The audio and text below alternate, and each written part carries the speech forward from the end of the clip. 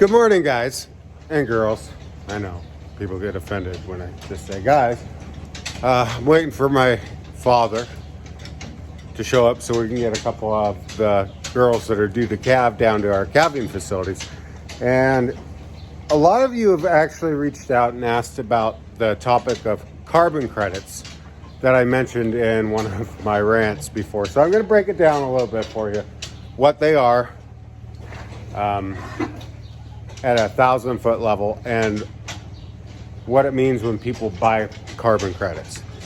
Carbon credits are credits you get, say, if you're in agriculture and you use practices that put carbon back into the soil and keeps your operation from putting carbon into the atmosphere. It's a very generic term. Things like cover crops, adding stuff to the manure to help with the methane, things like that. You can get carbon credits for that, which large companies will buy from you so that they can say they are polluting less. So are they polluting less? Absolutely not. They are not. They're buying somebody else's credits that somebody else has gotten for what they've done for the environment.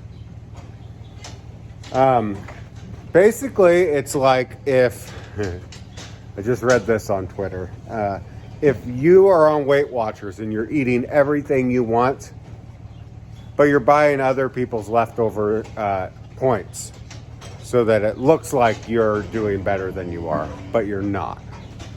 And you may ask, well, that doesn't make any sense.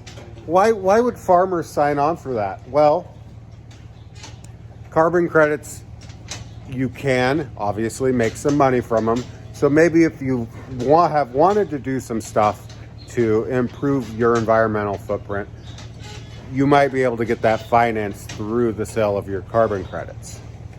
So is the environment technically getting better?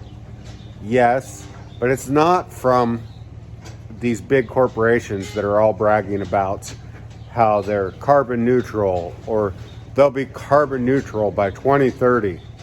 All that means is they're taking credit for somebody else's environmental improvements. And the worst part about carbon credits is most of them go onto a market.